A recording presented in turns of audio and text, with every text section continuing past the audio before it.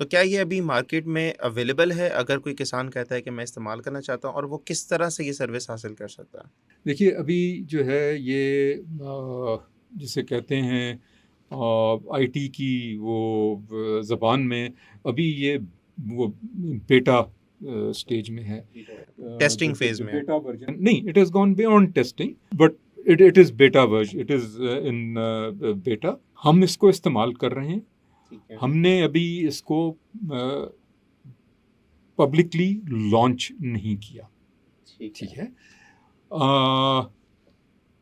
हमें कुछ फीचर्स इसमें हम और ऐड कर रहे हैं, ओके। और अगले मेरा ख्याल में डेफिनेटली इस क्वार्टर के एंड से पहले हम अच्छा। इसका एक प्रॉपर पब्लिक लॉन्च करेंगे।